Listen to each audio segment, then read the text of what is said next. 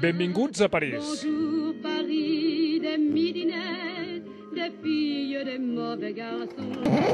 París al costat de Hangzhou, a l'est de la Xina.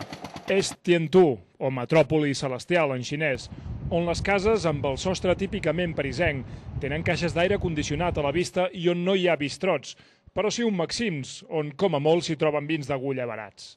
No hi falten, això sí, una Torre Eiffel de 100 metres ni uns jardins de Versalles, on els nuvis s'imaginen que s'han casat a la ciutat més romàntica del món.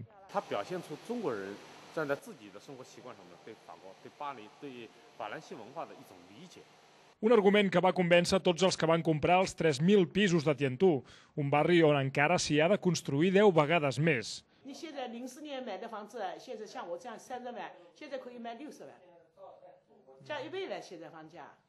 Però la senyora Xu és, en realitat, una de les poques veïnes del seu bloc. Aquest és un París fantasma, on els carrers estan gairebé deserts i on els 4 negocis que hi ha no funcionen.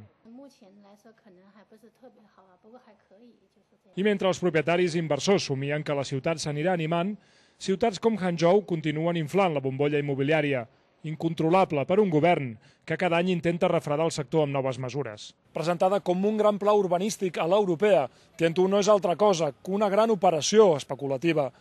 Però per tots aquells que no els acabi de convèncer, sempre els quedarà París. Sergi Vicente, TV3, Hangzhou.